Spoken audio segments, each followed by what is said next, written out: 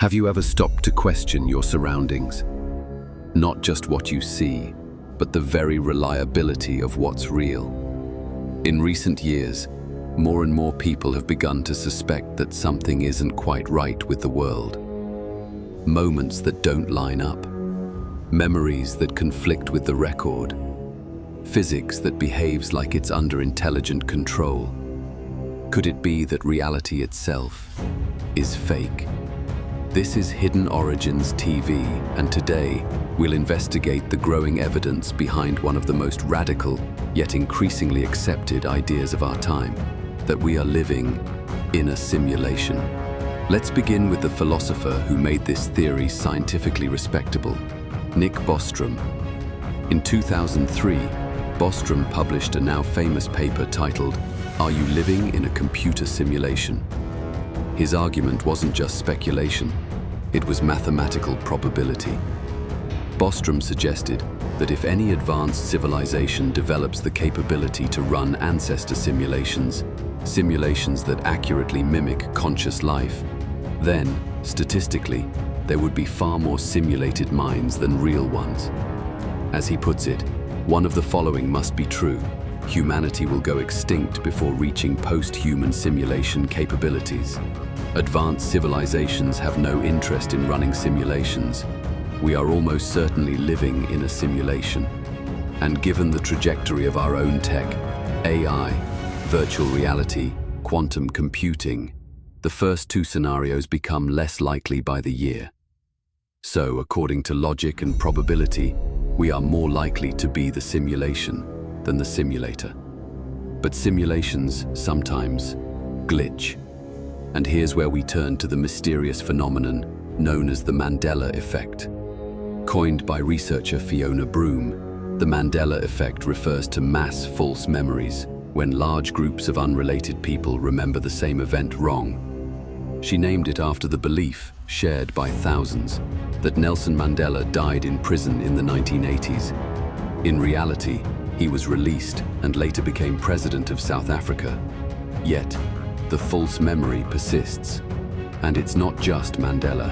People remember the Berenstain Bears as Berenstein, the Monopoly Man having a monocle, Luke, "I am your father," a line never spoken in Star Wars. How do we explain this? One theory is cognitive error, a psychological phenomenon where the brain misremembers under cultural influence.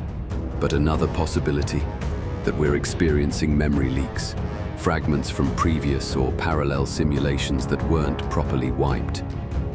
In programming, this is known as a rollback error, when a previous version of code reasserts itself over the current one. If reality is a simulation, the Mandela Effect could be the equivalent of digital version drift, but the glitches run deeper. Take quantum entanglement, one of the most baffling phenomena in all of physics. When two particles become entangled, their states become linked.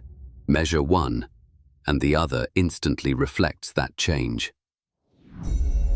No matter the distance between them, across a lab table or across the universe, Einstein famously dismissed it as spooky action at a distance because it violated everything we knew about space, time, and the speed of light. Yet experiment after experiment confirms it. The universe is not local. Information travels without medium, faster than photons. And here's where simulation theory enters. What if entangled particles are merely referencing the same data source, just like rendering the same file on two screens connected to the same server? In other words, particles don't communicate. They update from the same back end. And then, there are the stories, unexplained moments, that feel like reality skipped a beat. A woman walks through a door she's used every day, only to find it bricked over, as if it never existed.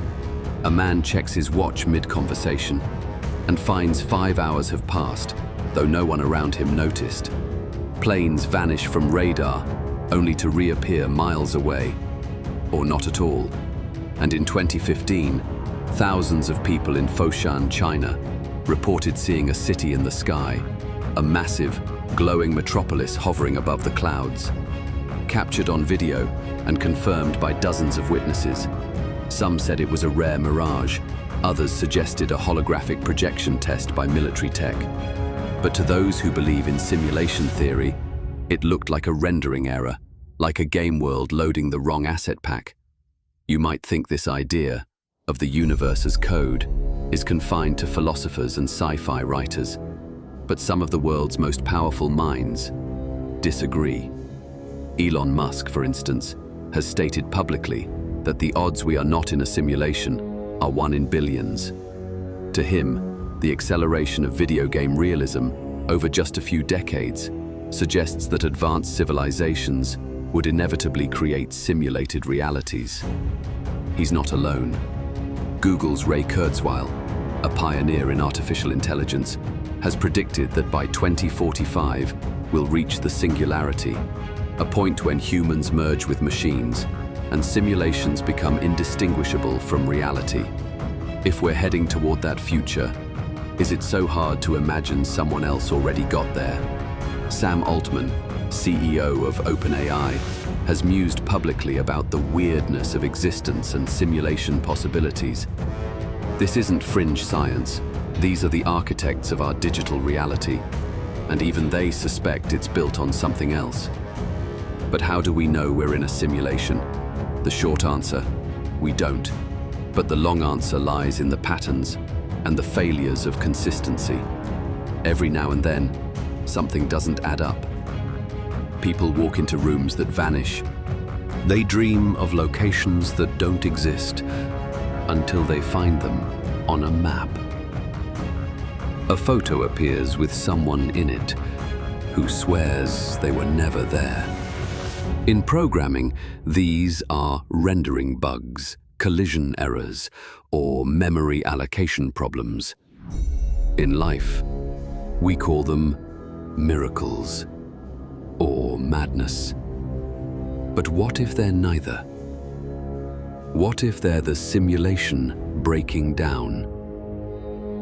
Let's revisit one particularly bizarre set of events. In 2015, a series of viral videos emerged from multiple cities in China showing entire cities floating in the sky. Massive towers, bridges, and skyscrapers appearing above the clouds. Thousands saw it. News outlets called it a fata morgana, a complex atmospheric mirage. But physicists were divided.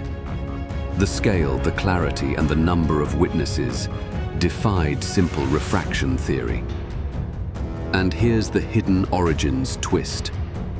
What if what they saw was a parallel render, another version of the simulation, overlapping, a background instance exposed due to a coding fault, like seeing the ghost of a program behind the curtain? And that curtain?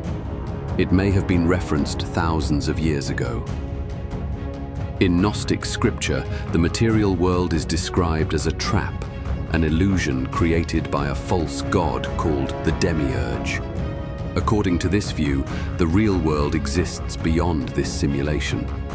The soul's journey, then, is to escape this false system and return to the source. Sound familiar? It's the same narrative echoed in the Matrix and in mystical traditions around the world. The Upanishads of India teach that the world is Maya, illusion.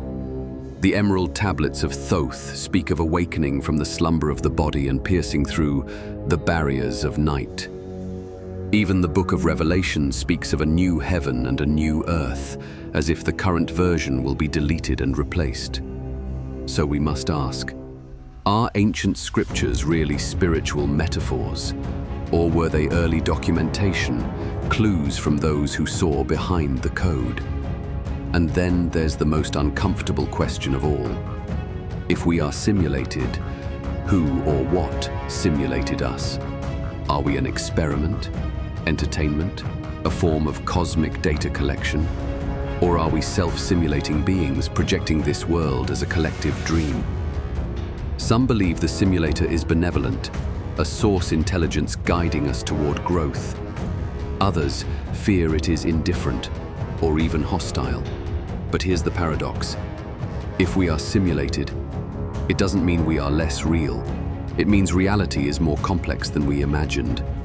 It means consciousness might not be a byproduct of biology, but a primordial force, something that exists before matter, before time, before code. So we return to the beginning. Déjà vu, the Mandela Effect, the glitches, the quantum strangeness, the ancient prophecies. They all point to one truth. This world is not what it seems. But maybe, just maybe, our awareness of the simulation is the first step towards something greater, something real. Because in every simulation, there is always a way to wake up. This is Hidden Origins TV. And today, you've taken one step closer to decoding reality.